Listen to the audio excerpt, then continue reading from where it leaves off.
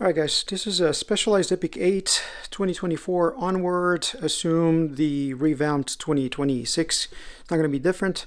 And the problem is that if you happen to like moto-style routing for your brakes, this design doesn't really take that into consideration. Problem being that you end up running your rear brake on the left side of the frame, and as you turn your bars you end up just scratching your head tube and things like that. But here's my easy hack on how to actually run this moto-style cleanly. If you look here at the top port on the headset, that is a tube that takes you here to the remote for the shock.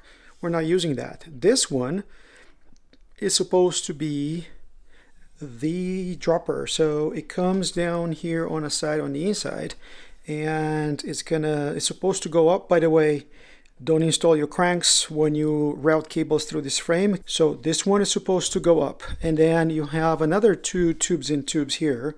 Both of them go here at the head of the frame, so they're both on the left hand side. Now the problem that we have is we need to route here a brake for the back, and we also need to route the dropper post through here somehow. What you cannot see here is that the tube, the one at the top, actually ends up right around here or around here.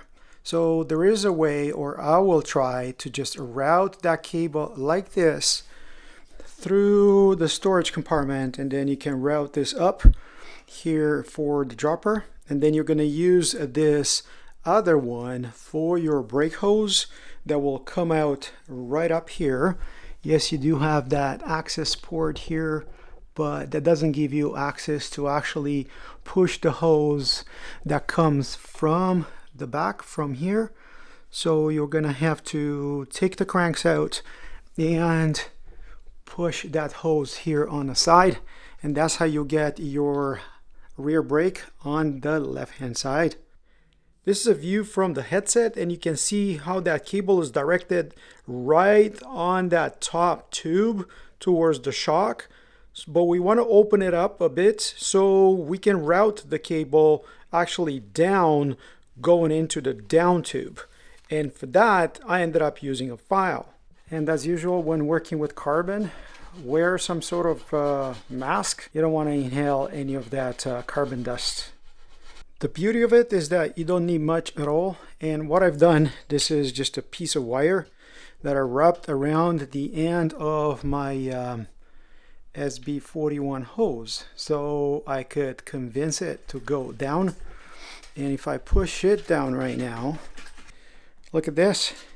You have this housing foam that I think comes with the frame. If you don't have it, you can find it fairly easily. I'm gonna definitely install this on my hose so it doesn't rattle in there, and I gotta take the cranks down so I can route it all the way up. Running the brake hose might seem simple, but again, you're gonna have to guide it from where it comes out there.